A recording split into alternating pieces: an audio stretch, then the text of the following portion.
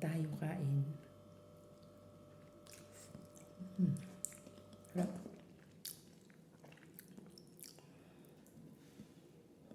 Tapos brown rice yung kanin ko. At ayan, para makatipid tayo sa gata. Yung ginataan ko nung isang araw, may natira pa.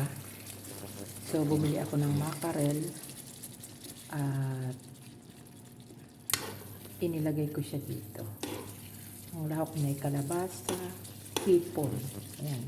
Saka mayroon din siyang tanlad. Nilagyan ko siya ng tanlad. At ayan, double ano siya.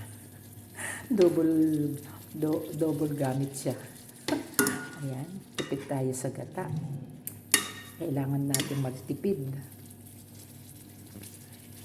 At tayo ay crisis sa panahong ito. Ayan.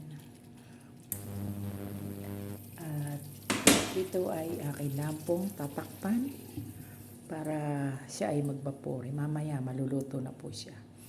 Nilagay ko lang siya sa number 4. Ayan.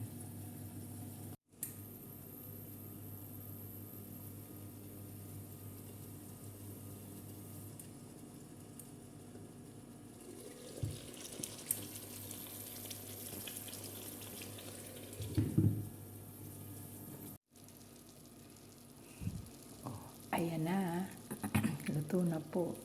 Diba? Nakatipid na tayo sa gata at saka mga ingredients. Yung isda na lang ang binili ko. Ayan, kakain na ako. Ayan, kain na tayo.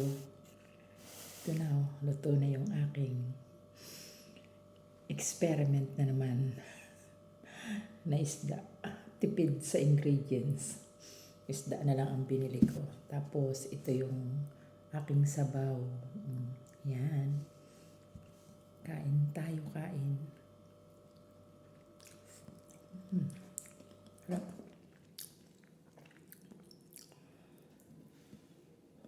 Tapos, brown rice yung kanin ko.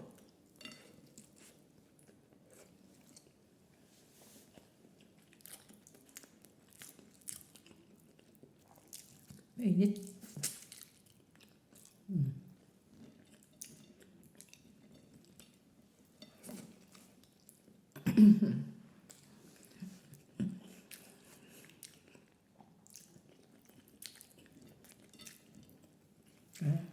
Bye-bye.